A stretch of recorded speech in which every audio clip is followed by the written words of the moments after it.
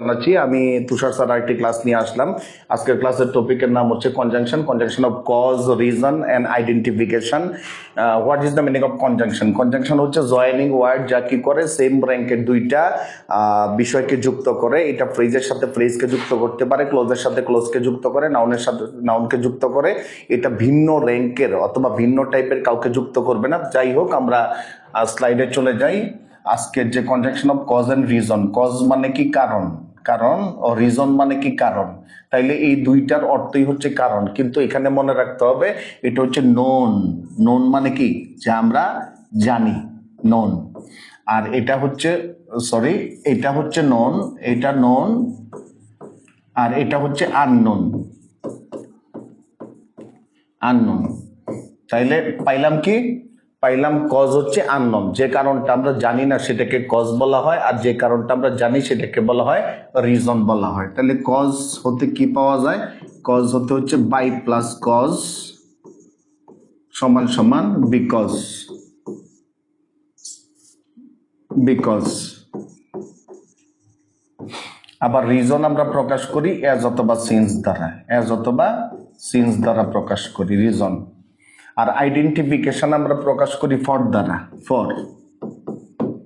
এখানে সবাইকে মনে রাখতে হবে ফর বা সিন্স এটাকে আমরা নর্মালি প্রেপোজিশনে ব্যবহার করি, কিন্তু ফর বা সিন্স কনজাংশনও হয়।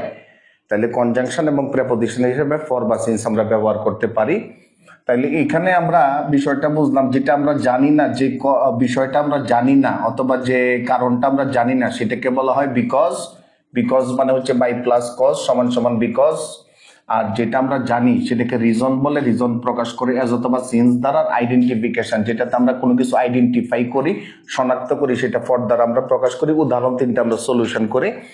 রহিম কুড নট কাম, হি ওয়াজ ইল। রহিম আসতে পারে নাই, সে কি অসুস্থ ছিল। তাহলে শূন্যস্থানের পরে কি আছে? হি ওয়াজ ইল, সে অসুস্থ ছিল। সে তো জানে আমার শরীর খারাপ এবং আমি যাব না, এই জন্য সে আসে নাই।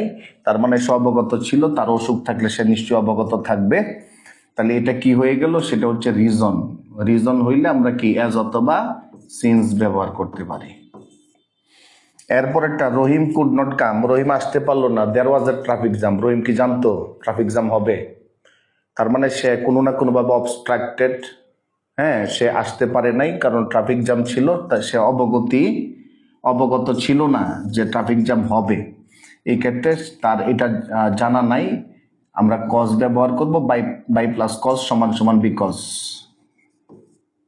এরপর একটা, এই লাইনটাকে মানে অপোজিট ইনভার্ট করছি। ইনভার্ট মানে উল্টাইছি। এইদিকে দেয়ার ওয়াজ এ ট্রাফিক জ্যাম, একটা ট্রাফিক জ্যাম ছিল। এখন একটা ট্রাফিক জ্যাম ছিল, এটা কিভাবে বুঝবেন? ধরেন আপনার এক ফ্রেন্ড, সে ক্লাসে নিয়মিত আসে, হঠাৎ করে আপনি বললেন সে ক্লাসে আসে নাই, এটা তো হতে পারে না, নিশ্চয়ই ট্রাফিক জ্যামে সে আটকে গেছে। তাহলে ট্রাফিক জ্যাম আপনি আইডেন্টিফাই করলেন, কারণ আপনার ফ্রেন্ড রহিম কি করে নাই, আসে নাই, এটা আইডেন্টিফিকেশন। সেক্ষেত্রে আমরা ফর ব্যবহার করব।